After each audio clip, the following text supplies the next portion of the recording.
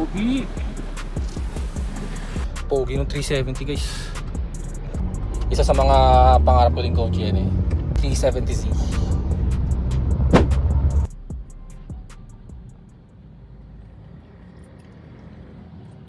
Ba, nasasanay na tayong tumambay ah. Parang kailangan ko na ulit mag-work ah. So ayun, tambay tayo, kasama natin si Engineer Primo. Review natin yung ano niya. Review natin yung kotse niya. Kasi may bago siyang pyesa eh. Check natin guys. Naantay ko lang siya. Malapit yan guys yung upgrade niya na ngayon. So di ko pa siya nakikita in person, so excited na rin ako makita. So tara, check natin. First coffee. Or mamaya na pala. Medyo masakit ulo ko guys eh. Hindi ko alam kung bakit. Sakit ng ulo ko, hayop. Pero okay lang yan. Baba lang ako guys.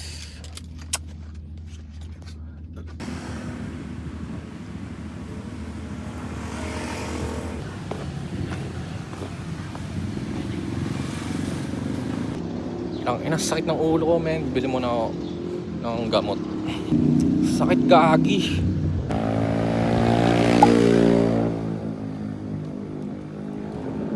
Patingin muna. Grabe yan naman, boss. Patingin muna ng upgrade. Check natin guys. Wait lang. Wala ka kwenta-kwentang. Ha? Wala ka kwenta-kwentang upgrade. Ako dyan.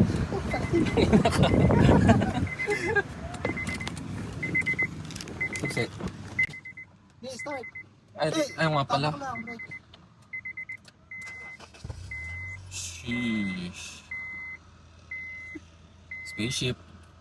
Walang kwenta, pare. Anong tawag ito? IMA no? IMA. Hybrid na... Hybrid, pang FT3. Ang ano niya, meron lang siyang ano, ito, yung fuel consumption. Puta, may Japan pa no? So ito guys, yung bago niya upgrade. FD3. Lupit no? Kakaiba. Lower lang yan kasi Oo nga. FT3 talaga mid upper. Oh, yung dito, no? Iba yung dito no? Oo, nag-iiba. Pero yung default niya parang same lang eh. So, hindi muna sa kana yun. Pogi oh. Yun lang. Saan ko nakuha to? Yeah, may source!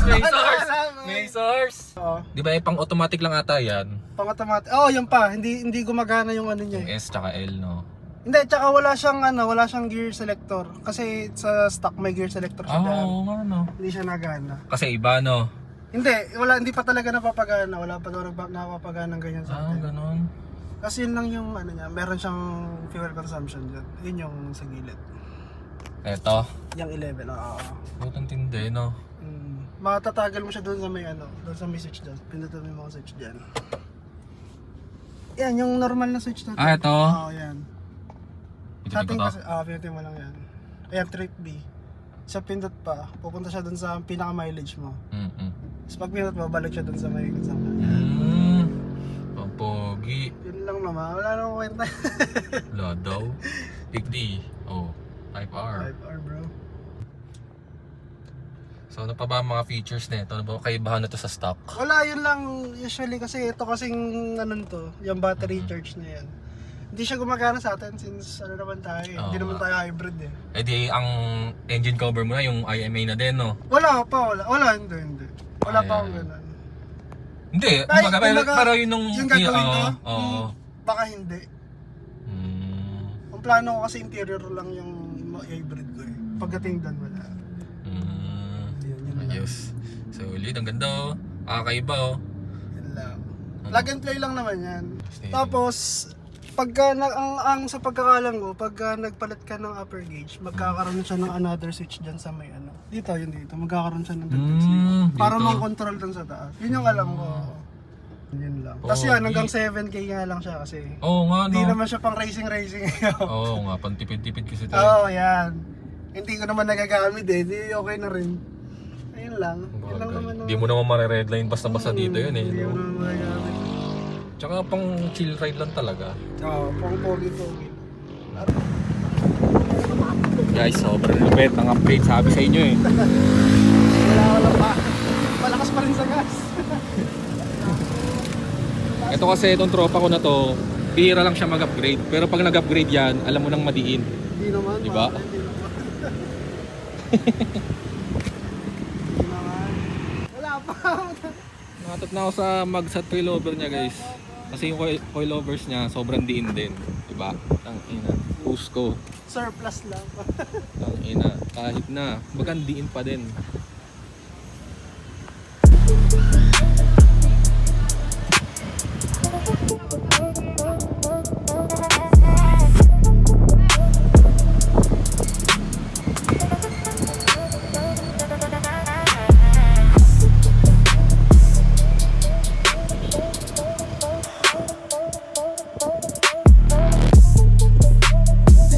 center cap yan, nawala na yung ano. Yung ano lang, gitna lang. Talaga ako nga. Kanina ko lang napansin nung nililinis ko. Ay, di mo lang kailan natanggal. Di pwede sa akin yung mga ganyang mags. Putang ina. Lain na. Oo, bawal pan daily yung ganyang mags. Sa pagkain mo pare. Nangyari sa mga pyesa ko. Ito, napanood ko na ito eh. Napanood ko na ito eh. Ay napakita. Tangin na. Magkano bili mo? Yan na lang. Yeah. Eh, makapapal to. So yan. Gusto pang FD2R. Pero compatible din sa ano. Yo, so lumipat kami ng pwesto. Yes, sir.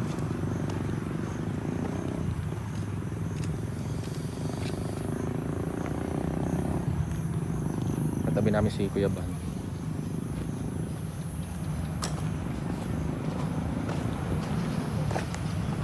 Pinaka favorite yung Honda Jazz. Ganito. Dream Mags, putang ina, clean build, ang bilis. Ang ganda ng pavement, ano pa? Depend, boss. Tipid. Ano pang hahanapin mo, di ba? Andito na lahat. Kaya ito yung pinaka favorite yung Honda Jazz. Hindi ako masyado mahilig sa Honda Jazz, pero ito yung Honda Jazz na talagang favorite ko. End ko na yung vlog dito guys, so thank you for watching, so subscribe.